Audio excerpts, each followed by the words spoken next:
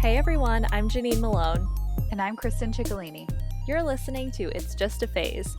Each week we'll bring you inspiring and informative conversations about honoring the different cycles of life, covering topics of health and wellness, moon phases, astrology, witchcraft, feminism, and more so you can superpower your well-being and live your best life. Welcome to episode 9. Welcome. We're here. We're here. We made it. I can't believe we've made it to episode 9. Episode 9 and feeling fine. Yes, today's episode is all about the elements. So exciting. Really excited to dive into these bad boys. Yeah, my dad's favorite elements, earth, wind, and fire. Oh my God, yes. Hi, Dad. He's definitely not listening to this. Oh my God, incredible. But before we get to all of that fun stuff, what's the cosmos looking like for our cosmic update this week? Well, we have a new moon in Cancer, the second of Cancer season.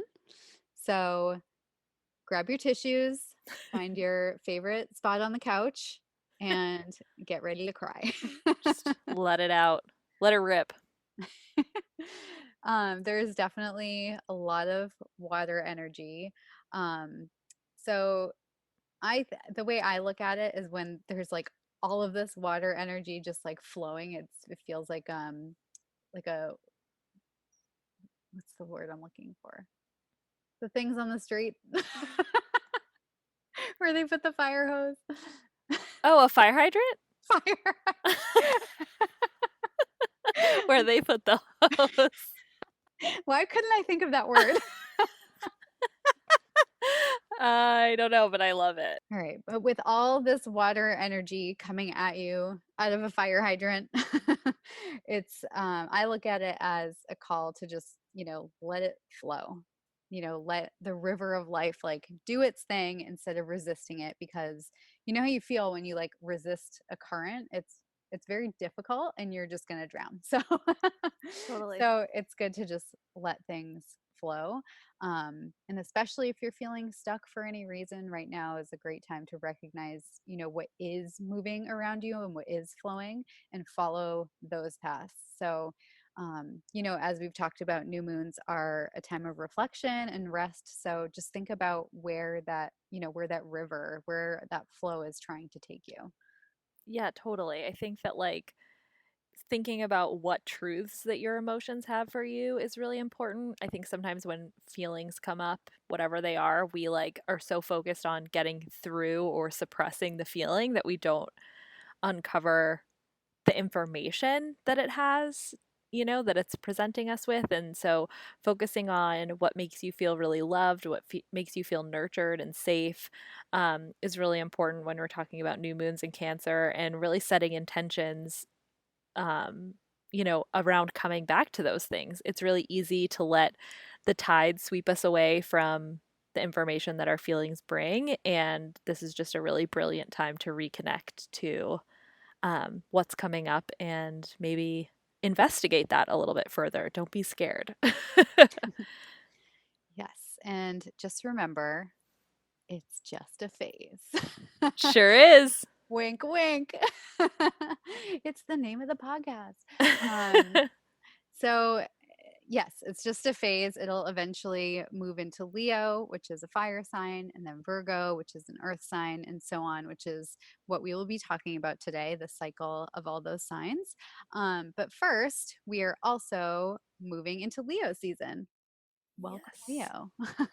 It's fire energy on full blast. So it's the energy is of confidence, freedom of expression, that people pleasing that we talked about last time, putting that behind you and valuing your own needs, your own wants, desires, just being bold and going out there.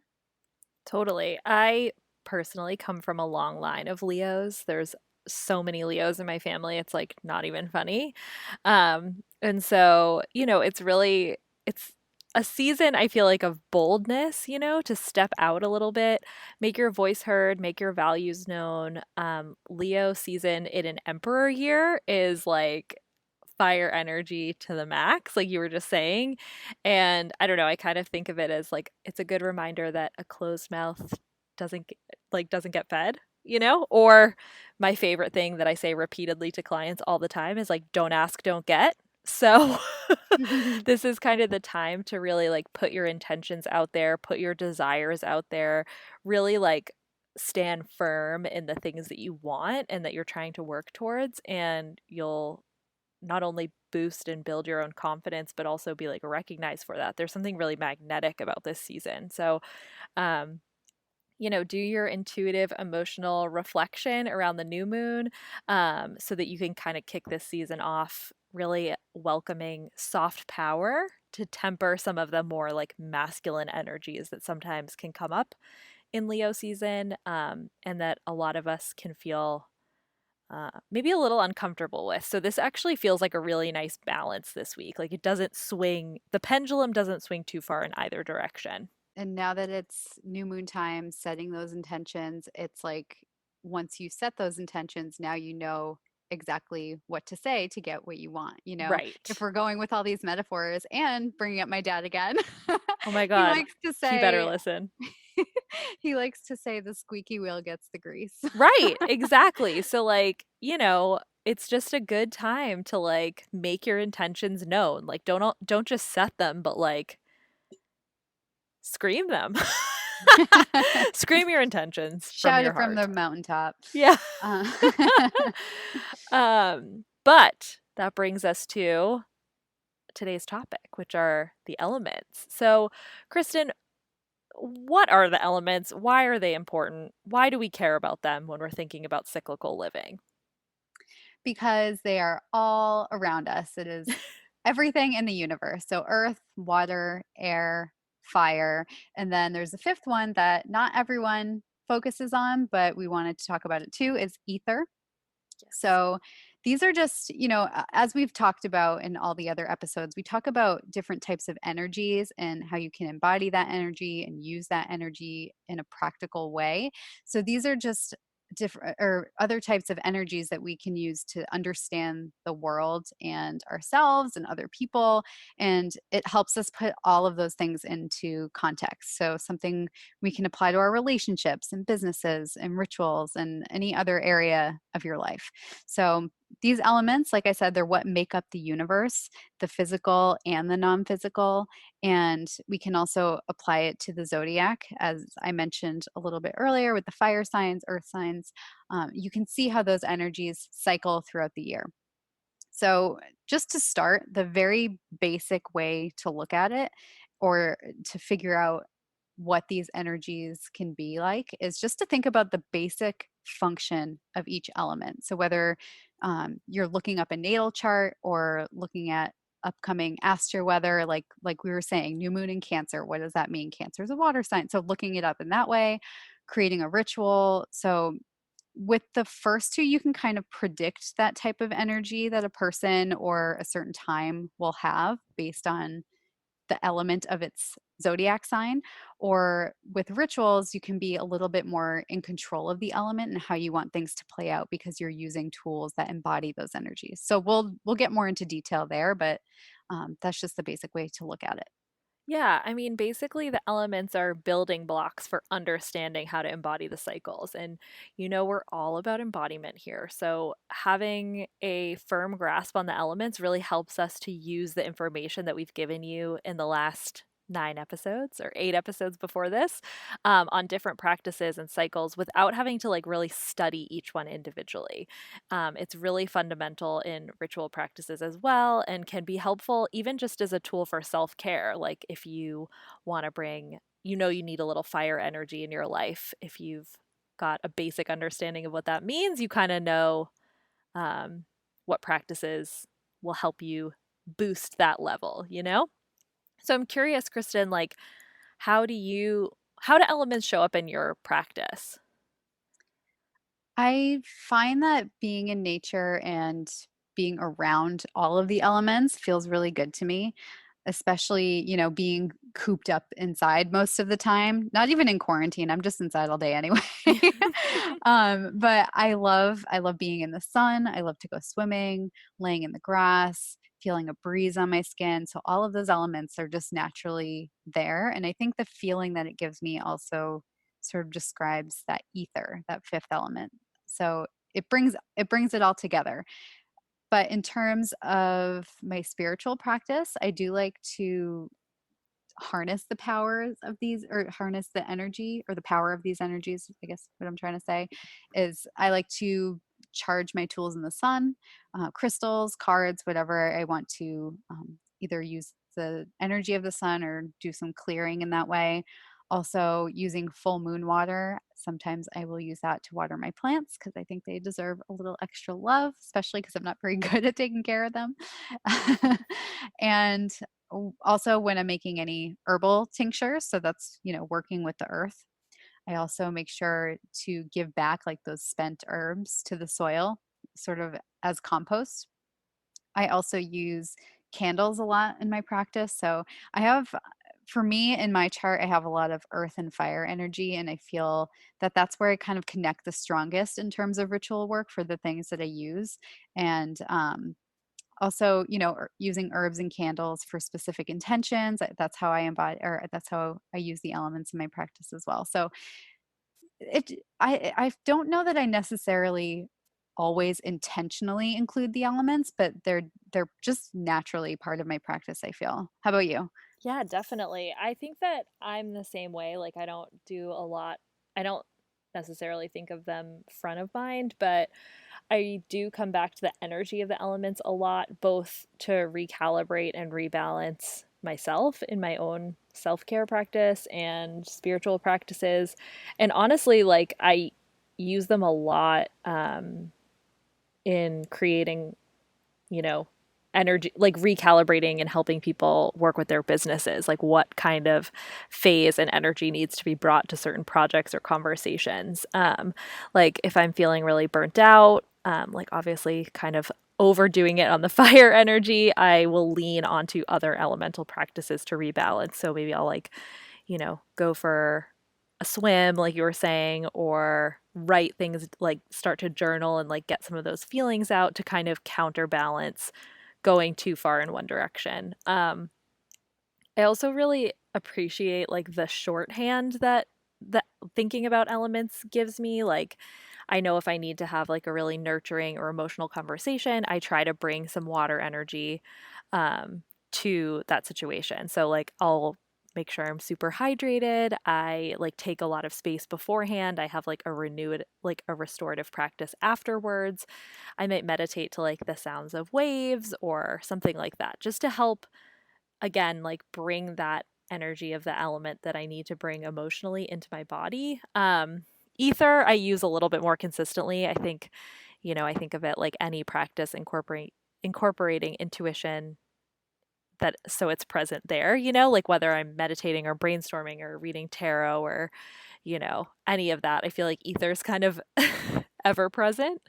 So yeah, again, it's like it's really helpful for me, I think, as it's almost, I use them kind of like prescriptions. Like I'm like, okay, I'm feeling like I've got too much of this one energy. How can I bring, the other three more to the forefront? That like really, really helps me when I'm feeling either too emotional or too burnt out or like can't get out of my head or, like really slow moving. Like sometimes it's nice to infuse the others, and that has just helped me a lot. Um but yeah, I mean, you're all probably wondering like how you can do the same, right? So let's dive into each of the elements so that you can start to use them in your practices. And we'll talk a lot about different ways that they show up, zodiac signs, the tarot, all of that. So you can apply it to wellness or self care or ritual or just like day to day when you need a little boost in the afternoon. You'll know what to do. So, what's first on the docket? Yeah, you're probably like, Kristen, Janine, what are you even talking about? So let's get into it. So the first one we'll talk about is fire. So the energy of fire is excitement, movement, creation, passion, sexuality. And when you think about how fire functions, you there's it can destroy, but it also can create and nourish. If you're using it for cooking, it can bring you warmth, but it can also be Janine's favorite word, combustible. True.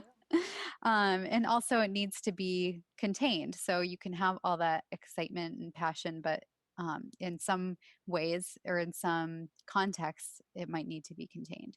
So we talked a little bit about zodiac before. So the signs that are in, or the fire signs, are Aries, Leo, and Sagittarius. And these are signs where we feel like we can be bold, bet on ourselves, see opportunities and go after them confidently, create change. They're really powerful in each of their own ways. So Aries is about power, Leo in regards to confidence, and Sagittarius is more about co-creation. Totally. And so in the tarot, so I have to admit, I actually do not read the kings as fire energy. That's just never been aligned with my personal understanding or experience of the cards. But traditionally, the wands, the suit of wands, and the kings are represented by fire. Um, and so, regardless of my personal practice or otherwise, I think that when fire shows up in the tarot, like you are, this is going to sound really corny, but like the journey and the process is as important as the destination. So, like, fire is actually about the act of creating, the act of embodying, the balance that we try to strike between idea and outcome, or creating some semblance of control without dousing the flame, or opportunities to experience freedom without being like totally burnt to a crisp. So there's a lot of ways when fire comes up in the tarot specifically to like tend and temper the fire, but understanding the process and the presence that it takes to, because as we all know, I mean, even just in like, think about fire literally like in a wildfire scenario, like the winds can change and all of a sudden like there's like either a huge new problem or things go out or whatever else. It's like it really is moment to moment, so you have to kind of stay on it and not be so controlling, like I said, that you kind of uninspire yourself. Like I think, do you ever experience that, Kristen, where you're like really inspired but then you try to like manage that inspiration so much that you're like, well, it's dead, like that idea is like not fun anymore. Like Yeah, I've made it work. absolutely. I've um micromanaged it to do you death and ever now I'm deal not with that? excited about it anymore. Yeah. Yeah, you're just like, well, that was fun for a minute and then I took it way too seriously. That happens to me a lot. But same thing. So really, like, again, with that fire energy, it's about being able to be present with it and be flexible with it and kind of pay attention moment to moment of what you need, because what worked 5 minutes ago might not work 5 minutes in the future. And that's actually, I think, a really important lesson. So Yeah. I'm curious, like, what when you need a need to add a little fire to your life, what do you reach for? I reach for more movement. Mm. Um, I mean, sometimes dance, it's very funny. Like, I'm not a dancer, but sometimes, like, if I really feel like blasting Lady Gaga or something, Yes. the one pop star that I love, um, that's something I'll like dance around in the kitchen to or something while I'm cooking or, whatever. Um, so that always feels fun when I actually feel the inspiration to do that, but Right. more it's like exercise for me. So I had a human design reading the other day, which was a lot of fun, and she told me that because I'm a generator and because she said like my motor is like always ready to go every single day. Like I can just wake up and go with the same amount Oh. of energy every day, which I think is kind of true. But she also told me like movement's important to get that energy out. Otherwise, like if when Yeah. I'm trying to sleep, I'm just gonna have like all those ideas still in my head. So yeah, movement definitely important to me. Candle magic, obviously, I feel like is a pretty obvious practice for fire. But honestly, like listening to podcasts and reading, it feels like fire energy to me because a lot of what I consume in those ways is related to my business. So it's like a continued pursuit of my passions through learning. So you could say it's more like air energy, but to me, I personally think fire because, like you said, I mean, not so much. I do try to avoid micromanaging myself until I'm uninspired, but when I'm feeling super inspired, that's when I go ahead and I read all these books about one certain topic and I listen to all these podcasts about that topic, and it feels fiery to me. Yeah, totally. I mean, I'm with you. I think that like, I love a playlist. So, and I think that, yes, there is occasionally like really embarrassing dancing that happens like very much alone. But also I think that like just music in general can really help like not only with movement, but I don't know, lighting that fire in whatever way. Like I think there are certain songs that make us feel like super fired up, and then there's other ones that can like bring us, I don't know, they just change the energy really, really quickly.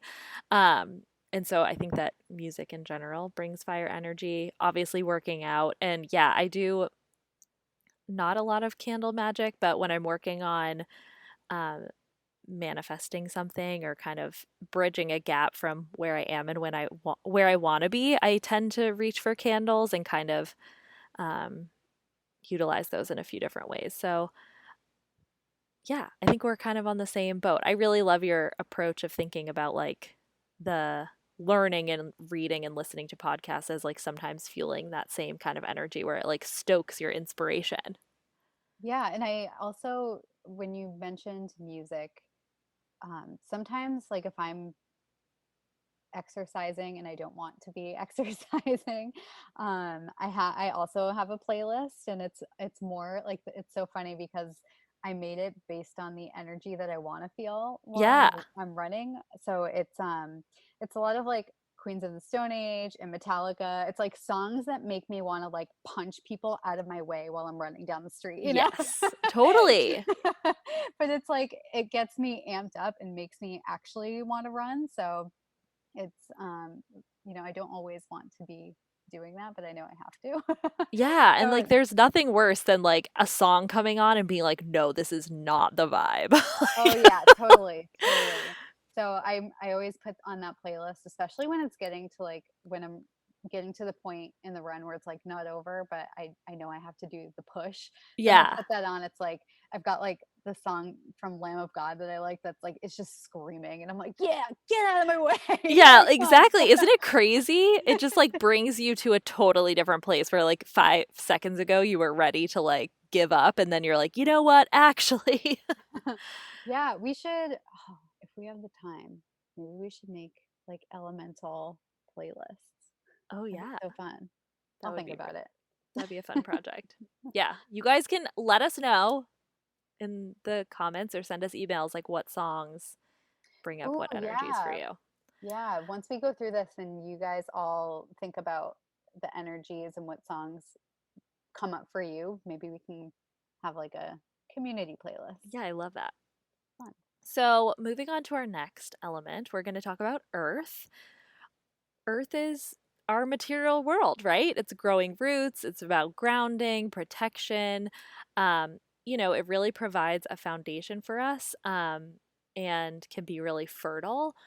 You know, the shadow side of there's a shadow side to everything. So there's obviously a shadow side to each element. And so sometimes earth energy is really tightly compacted and really, crunched, so we can't grow anything there. So there's like the two ways we can look at it. And of course, like we can touch it. There's evidence of it. There's like proof, right? Um there's also something about like the pacing, and this comes up in the tarot a lot, like when we're talking about um the pentacles and the pages. Like earth is all about those energy exchanges, so like money, work, what we bring and receive from relationships. Obviously it's a very earthly suit. I like to I have definitely said to people like it's not the sexiest suit, like it's kind of no offense to anyone out there who's an accountant, but like the pentacles are like the accountants of the tarot. Like happy to happy to work with them, super important, but like you're not, it's usually like stuff you know when it comes up. You're like, yeah, that doesn't feel equal or it doesn't feel like an equitable exchange. So it really, the earth suit really encourages us to find a pace that is sustainable and find an exchange that feels like fair. So boundaries come up a lot in this suit. Obviously, no surprise there when we think about giving and receiving and how that can create stories and miscommunications and interpretations. But there's really something there about like being grounded in reality and the everyday um, yeah, exchanges that we may not even recognize as such, but have a lot of impact on how we live day to day.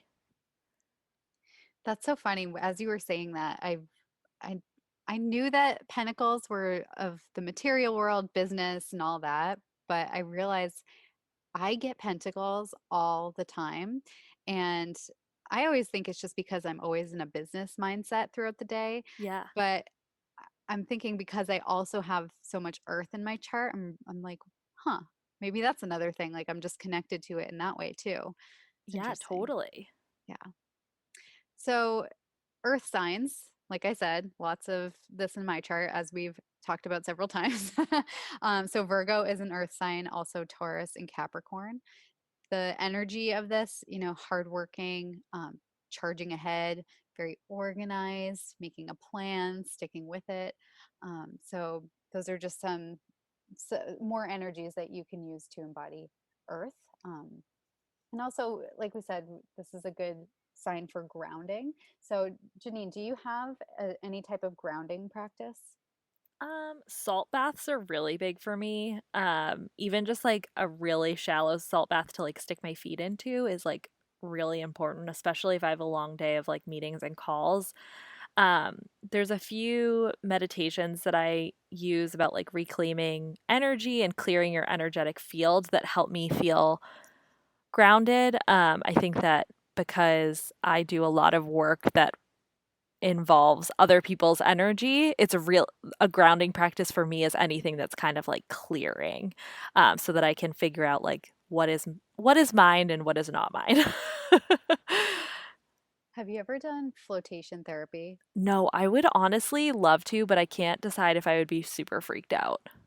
I thought I would. I think it was Guilt City or something like that a couple years ago. I did one on Newbury Street, and I wasn't sure what to expect because like I can get very claustrophobic, so I wasn't sure about it. Yeah. But it was interesting. So you go in to this, it's salt water.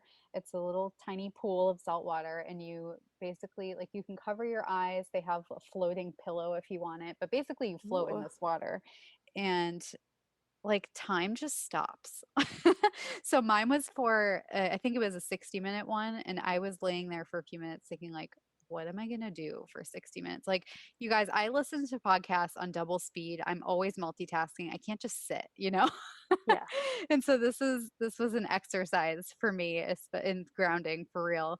Um but time went by so quick. Like at first I was just like, this is taking forever, but like it was almost like I blinked my eyes and the 60 minutes were over.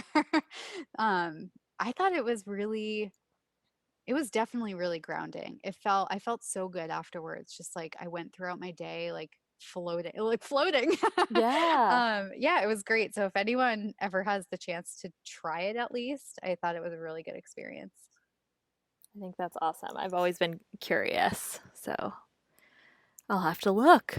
Yeah. Have to look for a spot. That's not my typical grounding practice. It's expensive. That was like a one-time thing, but the way I tend to like to ground is literally just like putting my feet in the grass. That's it. Especially living in the city, I don't have a ton of opportunities to do that, so it feels really special. Luckily, my neighborhood has more green space than the previous one I lived in.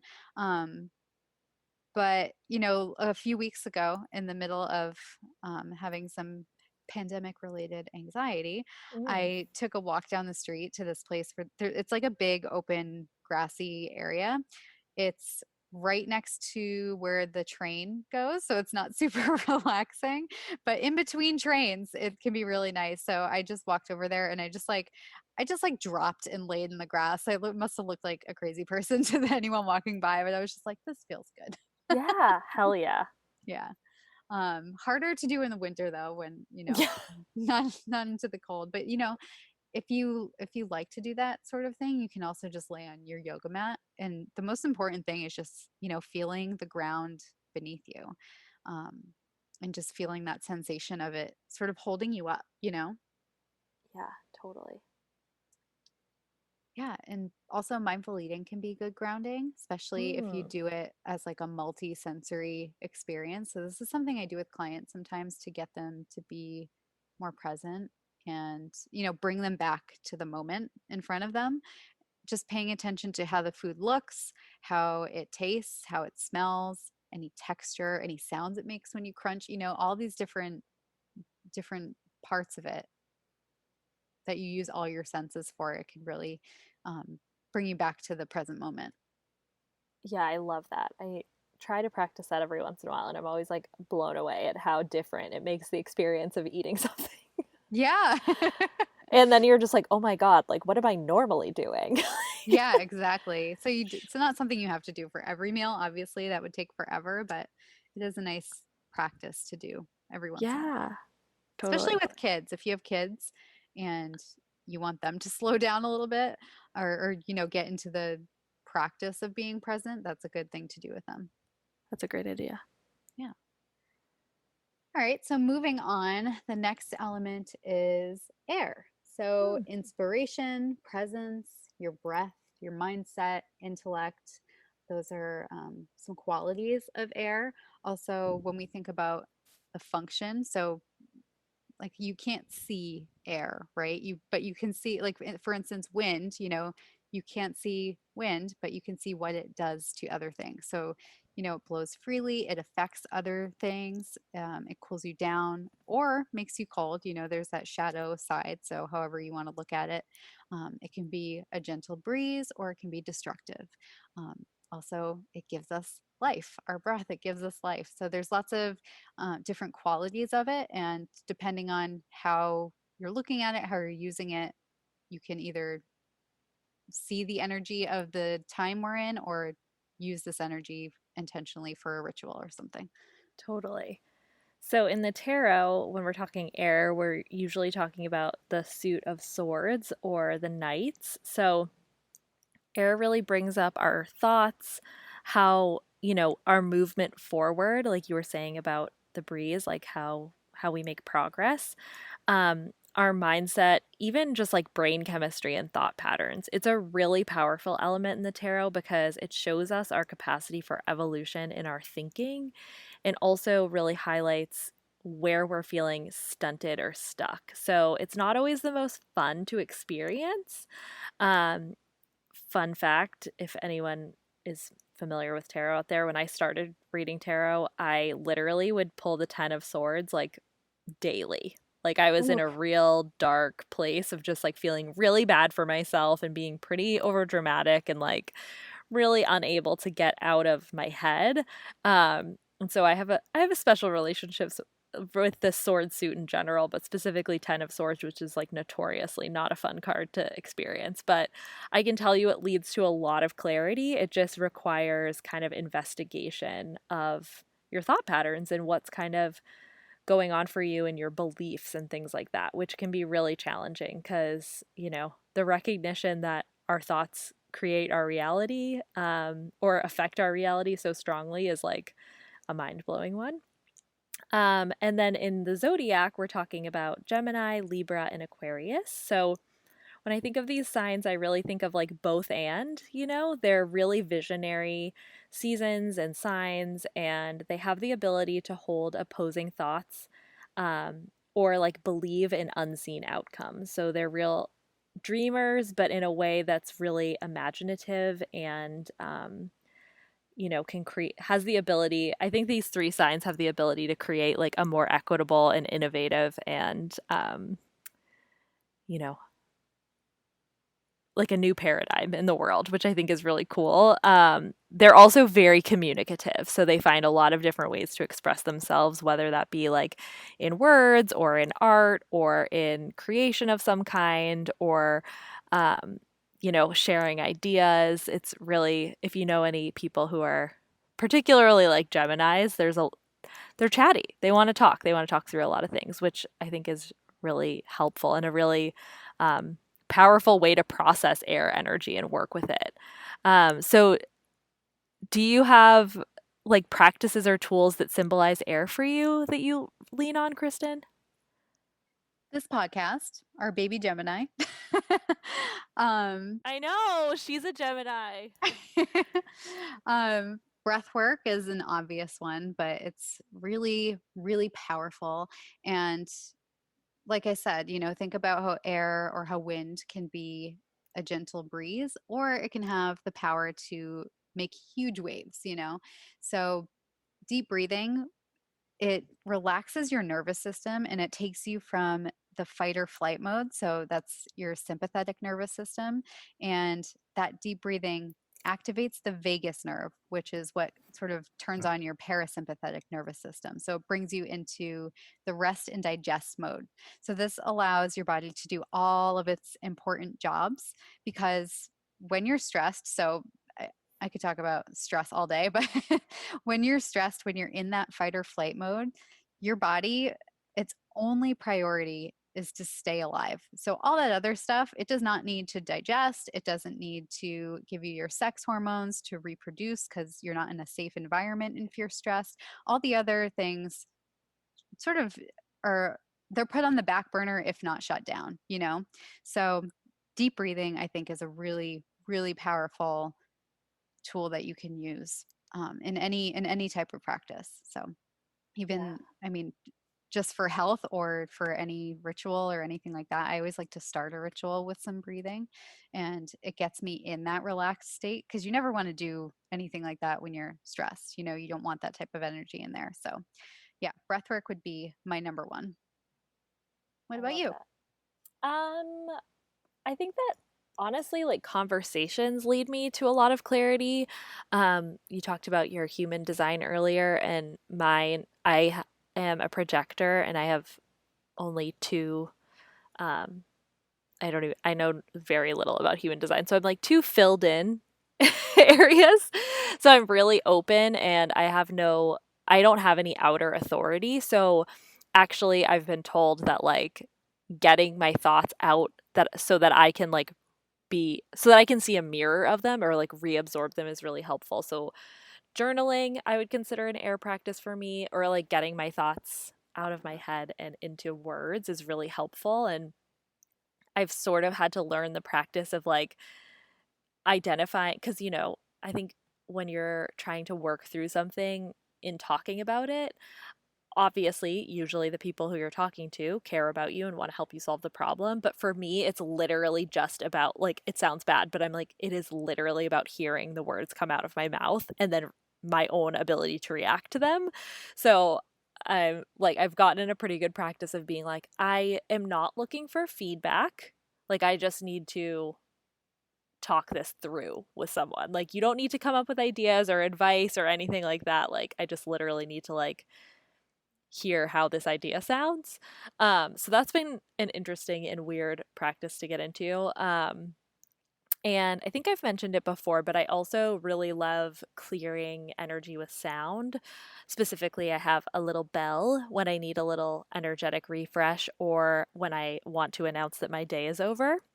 Um, so much so that in the last few weeks, I've been working um, on some extra stuff and kind of have had a hard time like knowing when to shut my laptop at the end of the day. And Dean literally will be like, "Have you rung your little bell? Is it time to ring the bell? Like, do you want?" And I'm like, "Do you want to ring it? Like, I'm not done yet. If you want to ring it." But anyways, so that's been kind of fun that that's become shorthand in my house for like not him being like, "You work too much." He's like, "So bell time?" So that's That's a been good way to put an it. interesting dynamic. Yeah. And yeah, I just think that like sound and like kind of clearing with sound in whatever way you choose to do that. Like you can do it with like literally clapping or ringing a bell, or like we were talking about sometimes with like music or 1600 hertz, that, frequency is really clearing. Um, we can put that in the show notes. The I just think it has the ability to like really shift and refresh a space like vibrationally, like very quickly. It like snaps you back to something, which feels really necessary to me. Like air air for me symbolizes like a little bit of getting stuck in my head. And so oftentimes I need to use some kind of practice to like keep the energy flowing, rather so it doesn't become a tornado inside of me. It's just like a gentle breeze, like you were saying. And our last element, well, not technically last, but we'll talk about ether in a second, but is water. Tell us about water, Kristen. Well, um, water is emotional. It's all about love, or depth, reflectiveness. Think about how it flows or how it doesn't flow. Maybe it's in the form of ice. Mhm. Think about how it molds to its container. It can be quiet and still. It can be a thunderstorm. It could be a waterfall. It could be that waterfall could be creating rainbows, or maybe you're falling off of it, you know? There's like we said, there's a shadow side to everything, but um other things, it cleans, it purifies, it dilutes, it waters plants and allows them to grow. So those are just some of the energies to think about for water. I love that. Yeah. So in the tarot, we're talking about the cups and the queens. This is our emotional and our intuitive cards. Water in the tarot really asks us to come back to our deepest wells, to follow our curiosity, to release ourselves from things that are making us feel small and stuck and out of alignment. Obviously, we talked about this at the beginning when we're talking about the new moon in Cancer, but being able to kind of flow and surrender to the process and life, without being totally swept away is an interesting balance that I think can be tricky for all of us. I always like when a water card shows up in a reading for me. I'm like, okay, I have permission to like tap into this space. It feels really good to me personally. But and then of course our water signs are Cancer, Scorpio, and Pisces. So notoriously like emotional signs. I mean, it's like the crybaby, the fuckboy, and the dreamer, maybe. Those three. But they are seasons to get in touch with our feelings. Like you feel the whole range. And it's really important to notice like what actions trigger what emotions for you, or what thoughts trigger what emotions for you, and how you immediately respond to those emotions. Because oftentimes, we think that we are responding to an action when in reality we are responding to our interpretation and our feeling about an action. So, taking those seasons to like really not shy away from our emotions, even though the word emotional gets a pretty bad rap. Um, there's just a lot of self reflection that can come from water seasons and can really help us get to know ourselves and support ourselves better. Not to go on a tangent, but Please. when you said crybaby, it made me think of something maybe only like 90s grunge fans will find funny, but Please. I read Kim Gordon's book recently, Girl in a Band. Yeah. So Kim Gordon was in Sonic Youth, and her book is like full of gossip, which was Oh, love it. awesome. But what you just said made me think of this part where she said Courtney Love was having a secret affair with Billy Corgan from Smashing Pumpkins, and Oh, damn. she was like, Courtney mentioned Billy Corgan, and I was like, ew, because nobody liked him, and he was such a crybaby. And as you were talking, I looked him up, and he's a Pisces. Oh my God, incredible. See? That was funny. There Um, you go. yeah. So, how do you work with water?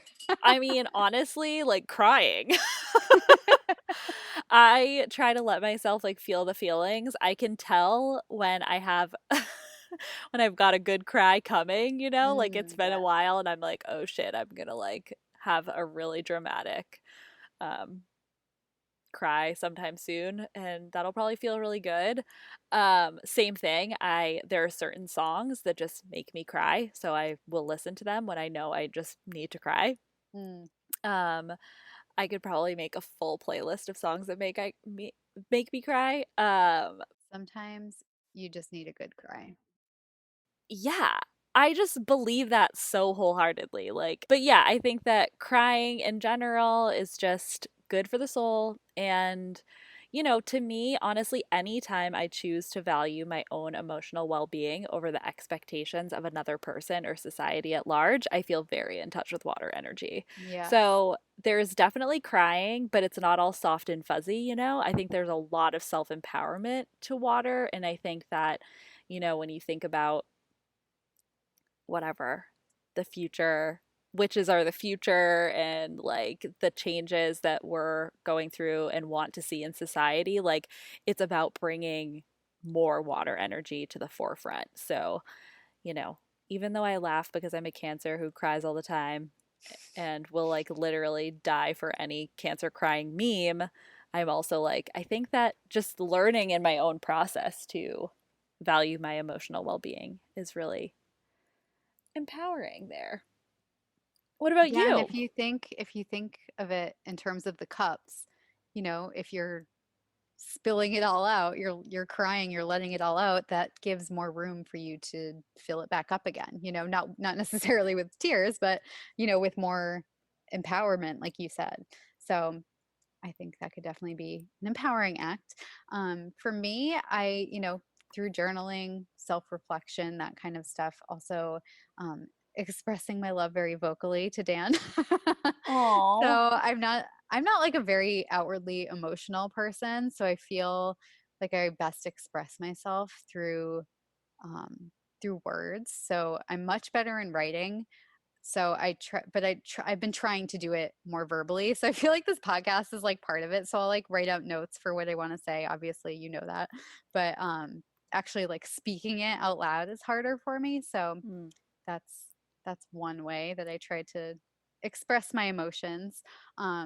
But also in terms of just using water as a tool, I also like to do like a cleansing shower. So not obviously like not a regular shower, but um, my tub isn't big enough for a relaxing bath like people take. So when I get in my bath, like my boobs just like stick out of the water and it's like, well, this isn't much. yeah, It's like not enough water to go over. So I wish I had a big clawfoot tub, but just because you don't have that stuff doesn't mean you can't do any ritual work in there. So, depending on what the intention is, in the shower, I'll either imagine, what I'm calling in, washing over me with the water, over my head and shoulders, all the way down my body, or maybe it's something I'm trying to let go and it's swirling down the drain. So you can use it in a few different ways. totally. I love that. And so we're these elements, we're revolving and evolving through the elements throughout the year. So you'll see in the zodiac, the way the signs go, it goes in a cycle. So it goes fire, earth, air, water, throughout the year, 3 times a year. So I like it's cool to see that Yeah, it's just a natural cycle in that way. And you can apply those energies to the seasons as we do, or to the moon phases, which change signs every 2 to 3 days, because it's just a phase. So, true. Janine, how much of each element do you have in your natal chart? I have 4 earth signs, 3 water signs, 2 air, 2 fire. So I'm pretty balanced. All of my earth signs are Capricorn, so that's kind of interesting. And then, so yeah, I mean, I think that I relate to all of them, and I think that's why I tend to use them to like recalibrate and balance out, like I have a pretty balanced chart, and I can always sort of start to sense when I'm going a little too far in one direction. And maybe it's also just a little extra earth for me to be like very strategic about how I'm using the elements. What about you? I mean, you're the earth queen. I have a lot of earth placements. I have let's see. So my Mars, Sun, Venus, Mercury all in Virgo. And then I have 4 or 5 fire placements. So I mean if we're doing like all the placements like rising, midheaven and all Oh that. yeah, I just did Yeah. planets and So rising. yeah, I have a lot of earth and fire, and then I have like 2 air, 1 water. Yeah, just like a um, tiny touch. a teeny tiny bit. And I don't, let me see. I think it's my midheaven that's Pisces. And I don't, so it's really like not in the main chart. So I mean, it tracks with my human design. So generator, very logical, lots of movement with the earth and fire. And I think also just to note that not having something in your chart doesn't mean you can't experience it. So, just because I don't have water in my chart doesn't mean I'm like not emotional, So I mean, like I said, I have trouble with it, which makes sense, but it can also just mean that it's something you need to actively seek out more. It may not come as naturally to you. Um, but Totally. also, you don't want to ignore your major elements in pursuit of the ones that you don't have, just because we need to tend to everything. So like fire is combustible. We don't want it to burn everything up while we're ignoring it. Does that make sense? Yeah, absolutely. Um, okay, and then there's the fifth element, so ether or spirit. So that that embodies like space, emptiness, that liminal space, the unseen, intuition. It's the invisible threads of that ties all of these elements together. So you can use them to connect to your sense of power and then take the lessons from each of the elements that we talked about and apply them wherever you see fit. Yeah, how can you use all this info? Really, like, you can create rituals that include the elements. Like I said at the beginning, like, these are building blocks, so they can be really useful to have something tangible and physical to direct that energy. So, whether that's like a bell or a candle or, whatever else, you can use that. You can also think about building a you know, self care rituals, or I don't want to say a self care schedule. That sounds really boring, but like a self care like cycle, let's say that, where you are tuning into each of these elements, maybe like once a month or something, just so that you're ensuring you know what it feels like to embody them and that you're finding balance in that way. Um, if you have an altar practice, then you can also obviously use those physical items to represent each element on the altar or build an altar to one of the elements you're really trying to work with at that time or in a particular season. Um, yeah, and I think starting to even just notice based on the information that you've heard, like what activities in your life that you're doing already are bringing each of these kind of energies out of you. So, like we were saying, they might not be the most like obvious, like reading and listening to podcasts isn't obviously a fire one, but if you notice that kind of feeling in your gut that's getting you really excited, making you really inspired and passionate, you can kind of say like, "Oh, this is a fire energy for me," or fire activity. And I think that that's kind of the best way to get started. Again, like so much of spiritual practice or even self care practice or wellness, it's about trying things and then taking what you like and leaving the rest and notice what works for you, not necessarily just following exactly what works for us because even as you heard, we do different things. So I think that could be really cool and that's how I would get started. Do you have any ideas for practices? Well, I just wanted to note first that we don't necessarily need physical, tangible tools. They are so much fun, and it can be really helpful to direct that energy. But if that's not accessible to you, you definitely don't need them. Like we said, it's all about the energy. So just meditation is free. Meditate on those types of energies, and you can use that in any ritual if you don't have crystals and if you don't have any of the tools. Like we don't want to look at it from a capitalist approach because we don't do that here. We don't do that in this house. Yeah, in this house um, we don't buy shit we don't need. I wanted to end with just a recommendation for an elemental meditation. So I would recommend you go over to the Witch Wave podcast. It's hosted by Pam Grossman, who wrote Waking the Witch, which is an excellent book. It's episode 47 with Jessica Dorr, who's a tarot reader. She's also, I believe, a psychologist, psychiatrist. Not sure which one, but she looks at tarot through a mental health lens, which is really interesting. Yeah, she's an So, amazing follow on Twitter if anyone yes, is she is. looking.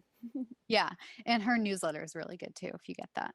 But anyway, so the episode 47, at the very beginning of the episode, Pam goes through her elemental meditation. So she'll take you through each of the elements in your mind. So, she'll have you, she brings up earth and has you put your feet on the ground to feel the sensation.